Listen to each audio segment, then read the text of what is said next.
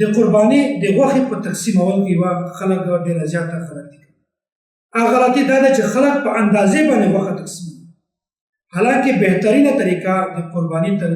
غوښې تقسیمولو والا هغه په وزن سره ده، که 10 کیلو وي، که 15 وي، که 12 کیلو، او په اندازې سره د دغه تقسیمول دا بالکل جایز نه دي. یو صورت جواز لري، هغه مخته انشاءالله تفصیل سره ورته بیانوم. او که یو کس په اندازې سره غوښه تقسیم کړي او چاته کمه ورشي، هغه وایي چې ما کمې درته معاف کړې ده،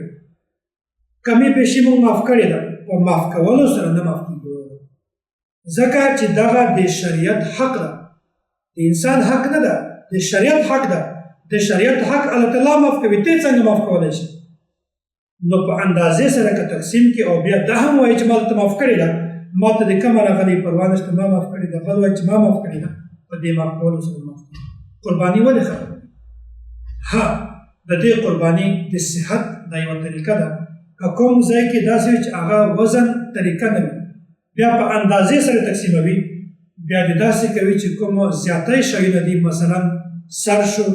یا داسې ینه شوه، یا داسې بډوګی شو، یا داسې نور چې کوم اضافي سامان دی چې هغه په غوښه کې نه استعمالیږي، بیا د هغه صفا کړي او ټوکړې د ټوکړې دی او چې کومې اووه حصې دي په هغه اووه حصو باندې دا تقسیم.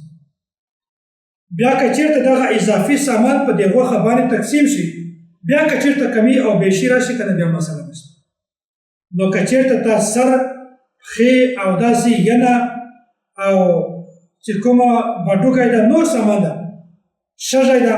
دا که چېرته تا په دې غوښو باندې تقسیم نه کړ، بلکې په تقسیم نه مخکې د خلکو ته ورکړو، یا د هسې وغورځاوو، په غوښه باندې تقسیم نه کړو، بیا د صرف خالص غوښه دا دې په اندازې سره تقسیم کړله، تړلې دې نه ده، په اندازې سره تقسیم کړله، په داسې صورت کې دا تقسیم خراب ده، په دې باندې د انسان قرباني خراب.